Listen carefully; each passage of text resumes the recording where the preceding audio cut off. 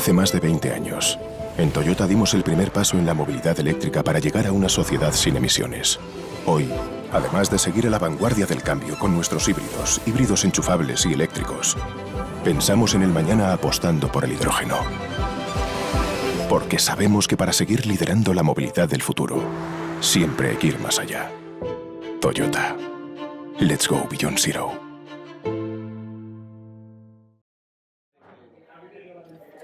Bueno, creemos que estamos en una situación muy preocupante, muy dramática, que quizás no somos conscientes de la gravedad que tiene. La extrema derecha ya gobierna en varios países europeos, principalmente en los del este.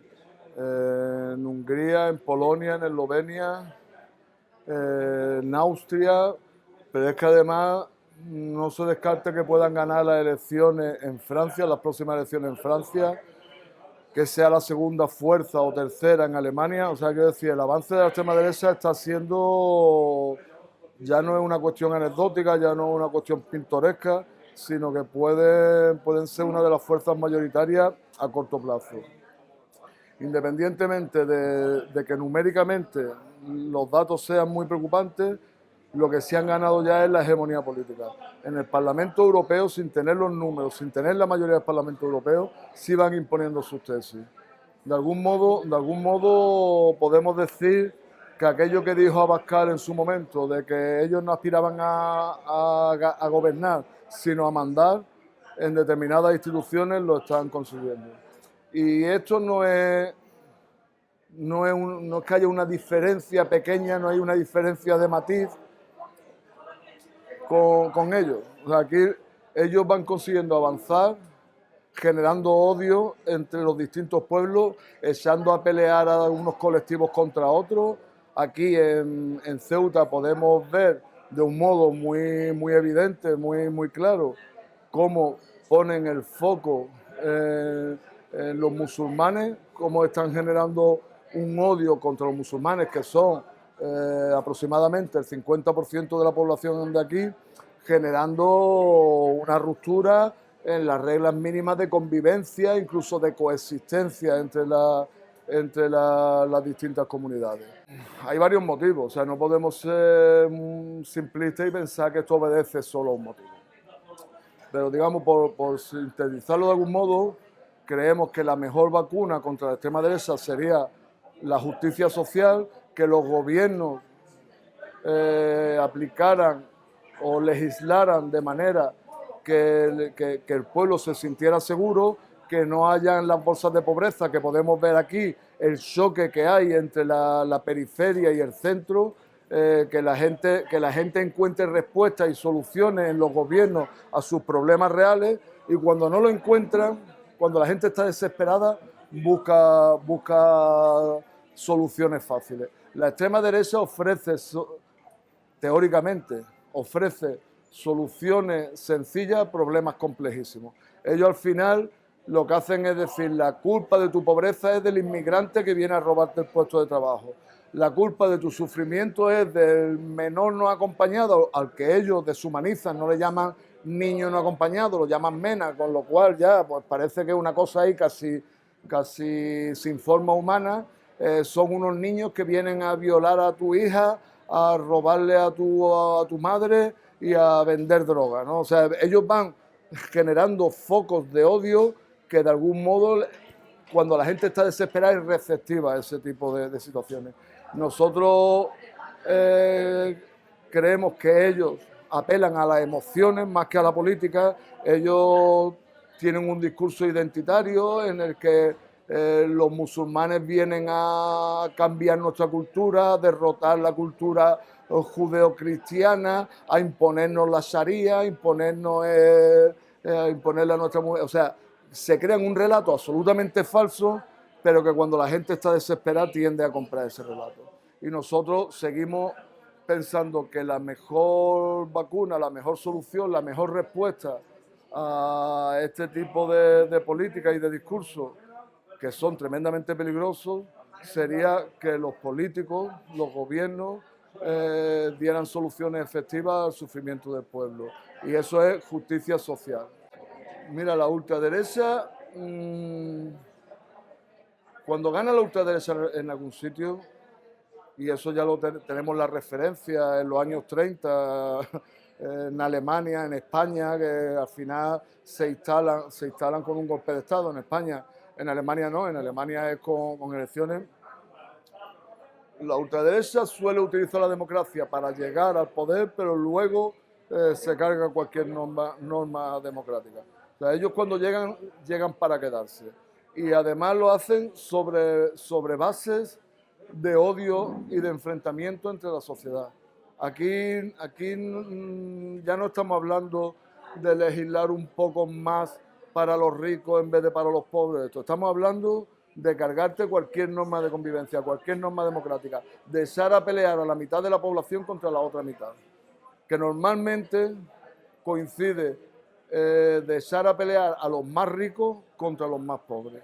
Entonces, nosotros creemos que contra esas políticas tenemos que asumir la responsabilidad de unirnos, de poner el foco, poner el acento en aquello en lo que tenemos coincidencia, que es en el respeto a la democracia, a la convivencia, a la coexistencia, a la paz, poner de lado aquello que nos diferencia. Nosotros creemos que la división de las fuerzas de izquierda, y yo lo ampliaría más, no lo limitaría a las fuerzas de izquierda, diría las fuerzas democráticas, porque aquí ya lo que nos estamos jugando es la democracia.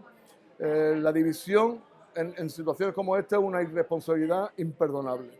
Es necesario que la sociedad civil se organice y supere a las organizaciones políticas que no están analizando correctamente el escenario. Es fundamental la unidad, lo mismo que lo fue en el año 36 aquí, el Frente Popular contra el fascismo, y el Frente Popular no era una organización homogénea en la que todos pensaban lo mismo. Allí lo que le unía era la necesidad de enfrentarse al fascismo. Lo mismo que en aquel momento se vio correctamente el escenario, se analizó la situación correctamente, creemos que en estos momentos es necesario, si no hacer una copia exacta de aquello, sí avanzar en ese sentido. Es necesaria la alianza de las fuerzas democráticas y progresistas en contra del avance de unas políticas de odio y de intolerancia, sin duda, sin duda. Es más, yo creo que la ultraderecha cuenta con apoyos que mandan sin presentarse a las elecciones.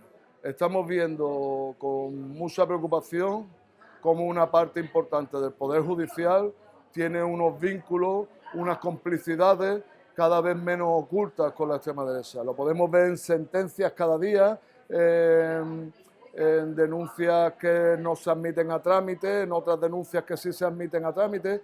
Podemos ver cómo aquí la extrema derecha está persiguiendo a diputados porque tienen unas posiciones que las enfrentan. Podemos ver cómo el Poder Judicial absuelve hace una semana a una dirigente fascista, yo diría fascista claramente, como es el Monasterio, a la que falsificó documentos públicos y que al final dicen no podemos considerarlo falsificación porque era tan burda que no es falsificación, ¿no? O sea, ahí hay en una parte muy importante del Poder Judicial hay una complacencia, una justificación, una incluso complicidad con la extrema derecha que nos resulta muy preocupante. También podemos ver cómo entre los cuerpos y fuerzas de seguridad del Estado no se le da el mismo tratamiento a la extrema derecha que a aquellos que lo combaten, como a la extrema derecha le ponen escoltas y a las manifestaciones de la extrema derecha, y como al final es a aquellos que se manifiestan contra ellos, a los movimientos antifascistas, a las organizaciones democráticas, a los que terminan procesando, deteniendo y abriéndole causas interminables. Por supuesto, también muy preocupante el papel de algunos medios de comunicación. Algunos medios de comunicación que, lejos de informar o de denunciar aquello que es denunciable, lo que están es defendiendo los intereses de sus propietarios, que en muchos casos se ven reflejados o defendidos por esas posiciones de la extrema derecha. Bueno, aquí es especialmente preocupante por lo que te comentaba antes. La práctica división mitad-mitad entre dos sociedades que han convivido sin demasiados problemas, pero que ahora se le está intentando enfrentar a la mitad de la población contra la otra mitad, a lo que en mi opinión se siente favorecido, fortalecido, incluso impulsado por las malas políticas de las instituciones de aquí. El señor Vivas, que tiene aquí un régimen clientelar ya de hace 20 años, en el que los fondos que llegan para el desarrollo, los fondos FEDER que vienen de Europa para el desarrollo de la sociedad, se están aplicando solo a una parte de la sociedad, generando bolsas de pobreza, de miseria, de abandono escolar, de fracaso escolar, de paro en la otra mitad. Esto está favoreciendo eso. Pero en cualquier caso hay un elemento que es una constante en la acción de la extrema derecha, que es apelar a las emociones en vez de a la política, al miedo, a que la gente se crea que de verdad su vecino o su vecina con quien llevan conviviendo décadas y no han tenido ningún problema, viene aquí como quinta columna de no sé quién a cargarse una sociedad civilizada, a tratar de imponernos una sociedad retrasada, una sociedad... O sea, están consiguiendo eso, que es peligroso en cualquier sitio, especialmente en una ciudad como esta, en el que la división es prácticamente mitad y mitad. Bueno, un poco es lo que te explicaba ahora mismo. Eso forma parte del relato de ir sembrando una especie de terreno para que crezca el odio. Aquí se está rompiendo la institucionalidad, la mínima cortesía parlamentaria, el respeto, incluso yo diría que hasta la educación. Aquí ya se insulta abiertamente. Estamos hablando de Ceuta, yo eso lo sufro en el Parlamento Europeo también, donde los diputados de extrema derecha pues prácticamente nos acusan de querer implantar aquí un régimen islámico. Yo en concreto no es que no sea musulmán, yo no soy creyente siquiera, ¿no? Y nos acusan a nosotros pues prácticamente de querer implantar el Daesh en Europa. O sea, la verdad ha dejado de importar. No importa qué es lo que es verdad o qué es lo que es mentira.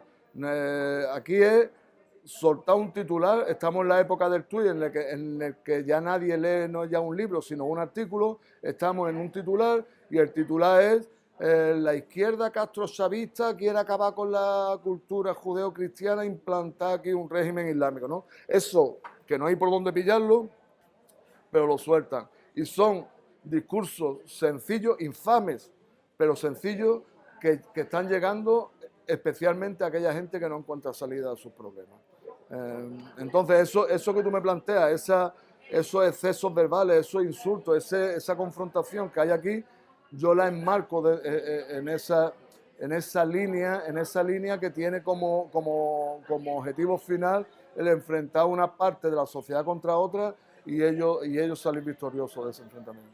Bueno, yo, hombre, si llegara aquí a ganar, o sea, ya digo, parto de que controlan una parte importante del Poder Judicial y de las fuerzas y cuerpos de seguridad del Estado y de los medios. Si llegaran también a dominar las instituciones, aquí tendríamos una situación muy difícil y quizás hasta irreversible. O sea, porque aquí podría implantarse un régimen ya, no un régimen clientelar como este, en el que se favorece una parte frente a otra, sino ya un régimen en el que una parte sea ¿cómo te diría? La Ceuta de orden, la Ceuta aceptada, y luego otra parte sería como una especie de subespecie o subhumano en el que tendrían el tratamiento que tienen en algunos pueblos latinoamericanos los pueblos originarios, los indígenas, ¿no? Que son pues prácticamente para ser la chacha de la señora o el chofer o el que le lava o el que le limpia el coche, ¿no? Nos encontraríamos aquí con que la mitad de la población de aquí dejarían de ser población de pleno derecho y serían situados como una población menor, una población en algunos casos con tratamiento subhumano. Yo creo que, hombre, hablar de todos los españoles judeocristianos o de cultura judeocristiana, siempre las generalizaciones son injustas. Yo lo que sí creo es que tenemos que apelar a toda la sociedad a defender los valores democráticos. O sea, ahora mismo estamos en un periodo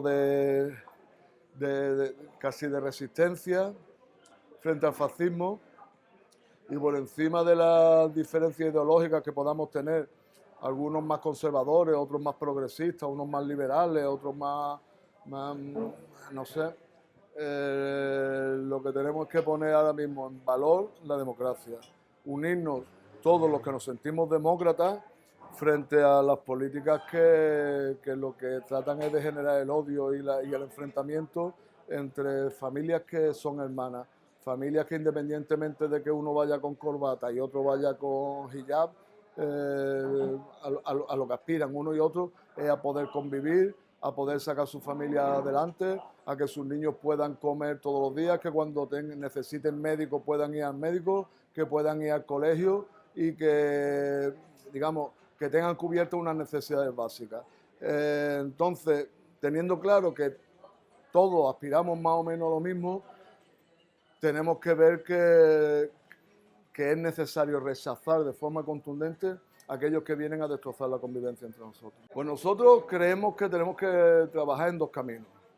En primer lugar, como te decía antes, dar solución a los problemas de la gente a base de medidas legislativas que trabajen en la línea de la justicia social.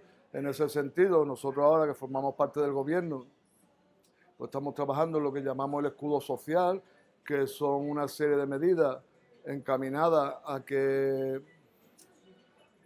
la crisis no la paguen los de siempre. O sea, nosotros vivimos en una pandemia que ha tenido unos efectos devastadores en cuestiones económicas y sociales. Sí, pero si lo comparamos con cómo se trató la última crisis, que fue la del 2008, podemos ver que aquello se saldó con casi 6 millones de parados, que no se han recuperado después de 13 años ya de aquella crisis, y cómo con las políticas que estamos implementando nosotros desde nuestro espacio, forzando a nuestros socios de gobierno a aceptar lo que ya firmó en un acuerdo programático, pues hemos recuperado, por ejemplo, los niveles de empleo. En 14 meses ya hemos recuperado el nivel de empleo de antes de la pandemia. Estamos tomando medidas que dificulten que la gente que hayan perdido sus ingresos por culpa de la pandemia que puedan ser desahuciados de su vivienda.